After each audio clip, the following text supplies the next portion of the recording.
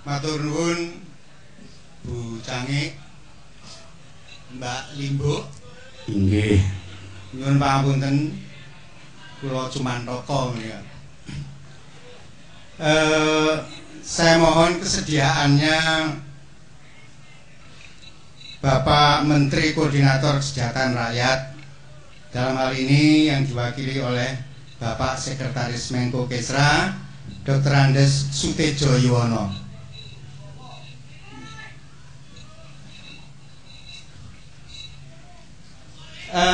Mohon diberikan mikrofon.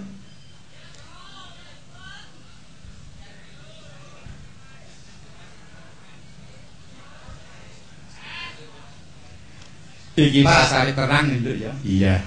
Setiap hari di televisi selalu ada berita tentang narkoba. Tidak pernah tidak, setiap hari boleh dikatakan tanpa hari tanpa berita narkoba.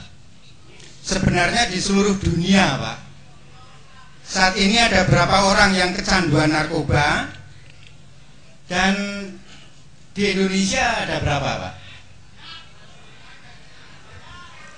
Baik, Pak, di dunia ini sampai sekarang ini sudah ada lebih dari 180 juta.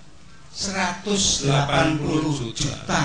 Jadi kalau dibandingkan dengan penduduk Indonesia, hampir seluruh penduduk Indonesia yang menjadi pecandu narkoba tersebut.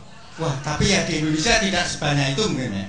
Nah, di Indonesia ini jumlahnya sekitar 2% dari jumlah penduduk 210 juta, sehingga sekitar 4 juta orang telah terjerumus menjadi pecandu narkoba. 4 juta. 4 juta. Kalau sing ngegong kan saja iki. 4 juta. Jadi kalau 4 juta ini dibandingkan dengan Singapura itu barangkali hampir semua penduduk Singapura. Begitu, Pak ya. Lalu dari 4 juta itu bagaimana, Pak?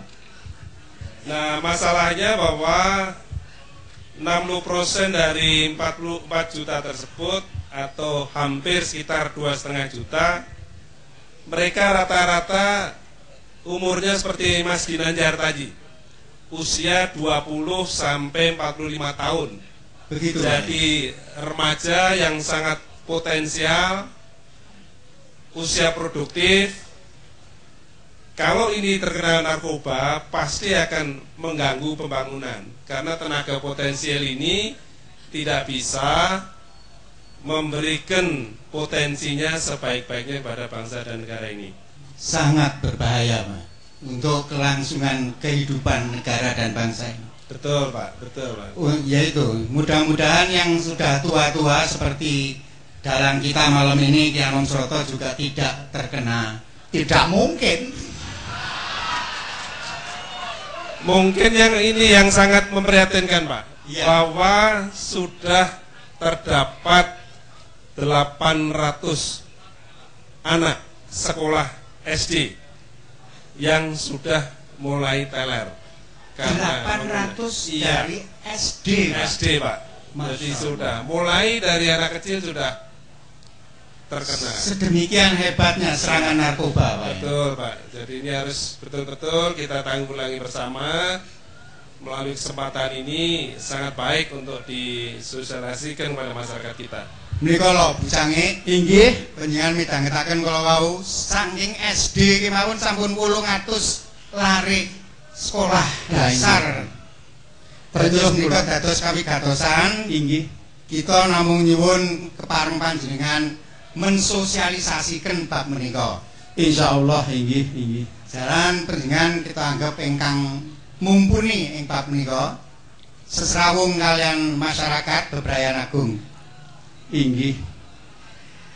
Lalu Pak, 2 minggu yang lalu Saudara Ayodhya Prasad Kaube, warga negara India, pemilik 12,19 kg heroin, telah dihukum tembak mati di Medan.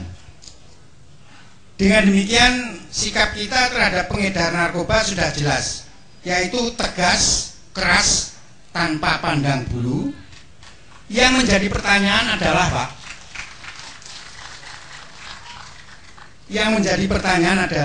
bagaimana sikap kita terhadap saudara-saudara kita yang terjerumus menjadi pecandu narkoba? Pertanyaan ini sangat menarik. Yang pertama harus kita perhatikan bahwa para pecandu itu jangan sampai berkembang menjadi pengedar. Yang kedua, mereka yang sudah pecandu ini harus kita bantu. Kita berikan dorongan semangat, kita berikan pengayoman, kita berikan kepedulian kita. Jangan disingkirkan dia dari keluarga, jangan dia disingkirkan dari masyarakat, tetapi harus sama-sama kita lakukan upaya pemberdayaan mereka agar mereka dapat sadar dan lebih memanfaatkan kehidupannya ini untuk tujuan-tujuan yang lebih baik demi masa depannya sendiri. Jadi jangan sekali-sekali mereka kita pisahkan atau kita cemooh, tetapi harus kita berikan bantuan dan perhatian yang baik pada mereka. Jumbuh kalian penggantikanipun kalau Bu Cange. Saya sudah Bu. Inggih. Ya terus sampun dipun jauhi.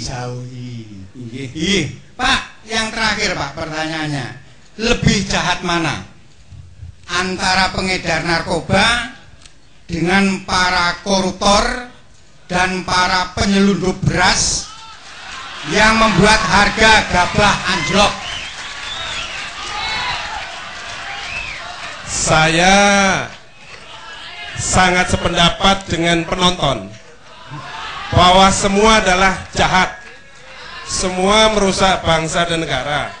Oleh karena itu bersama masyarakat kita harus saeok sayak kroyo bersama-sama untuk menanggulangi ini. Jadi kalau ada koruptor harus diadili sesuai dengan aturan yang berlaku. Ya, kita minta kepada pemerintah melakukan itu dengan sebaik-baiknya.